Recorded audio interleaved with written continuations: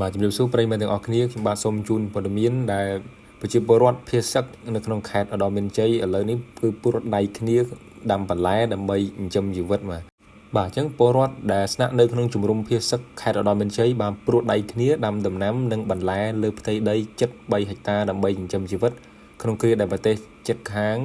គឺប្រទេសថៃបាទសៀមគឺវាយប្រហារមកតំបន់មួយចំនួនហ្នឹងលោកមានច័ន្ទយ៉ាដាអភិបាលខេត្តឧត្តរមានជ័យបានបង្ហោះនៅលើគេហទំព័រ Facebook ផ្ទាល់ខ្លួននៅថ្ងៃទី25នេះថាបច្ចុប្បន្នជនភៀសសឹកបានរួមគ្នាដាំដំណាំយ៉ាងសស្រាក់សស្រាំនៅក្នុងកសិដ្ឋានកសិកម្មជនភៀសសឹកមួយកន្លែងសកម្មភាពបង្កើនផលជុំគ្នានេះធ្វើឡើងនៅក្នុងដីជិត3ហិកតាសរុបតាមគំនិតប្រួយផ្ដើមរបស់លោកស្រីពេជ្រច័ន្ទមនីហ៊ុនម៉ាណែតស្ត្រីទី1នៃកម្ពុជាដើម្បីសម្រាប់បន្ទុកថវិកាប្រចាំថ្ងៃរបស់ប្រជាពលរដ្ឋក្នុងគ្រាអាសន្ននិងធានាបានផ្ដល់នៅបន្លែបៃតងស្រស់ថ្មីមានសុវត្ថិភាពសម្រាប់សុខភាពក្នុងនាមជារដ្ឋបាលខេត្តឧត្តរមានជ័យលោកមានច័ន្ទដាកោតសរសើរចំពោះស្មារតីលះបង់របស់ជនភៀសសឹកដែលបានចូលរួមដាំដំណាំទាំងអស់គ្នាលោកអភិបាលខេត្តចាត់ទុកថាសកម្មភាពមួយនេះគឺជាកម្លាំងសាមគ្គីដ៏រឹងមាំ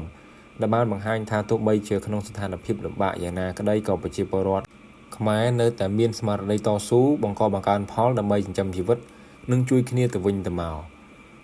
កសិដ្ឋានកសិកម្មជនភៀសសឹកនេះនឹងក្លាយទៅជាគំរូនៃការរៀបចំប្រព័ន្ធស្បៀងបម្រុង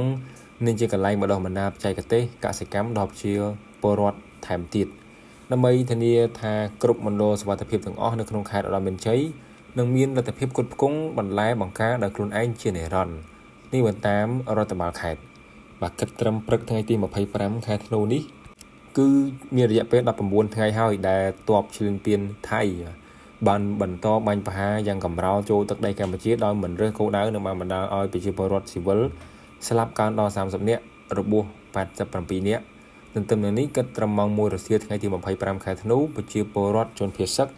បានកើនឡើងដល់639,987នាក់ក្នុងនោះមានស្ត្រី333,631នាក់និងកុមារ230,593នាក់ដោយសារតែការវាយប្រហារជ្រៀនពានពីសំណាក់យោធាថៃមកលើកម្ពុជាគិតត្រឹមម៉ោង1ថ្ងៃទី25ខែធ្នូឆ្នាំ2025នេះបាទព័ត៌មានខ្ញុំបាទសង្ខេបតែប៉ុណ្ណេះសូមអរគុណសូមជម្រាបលា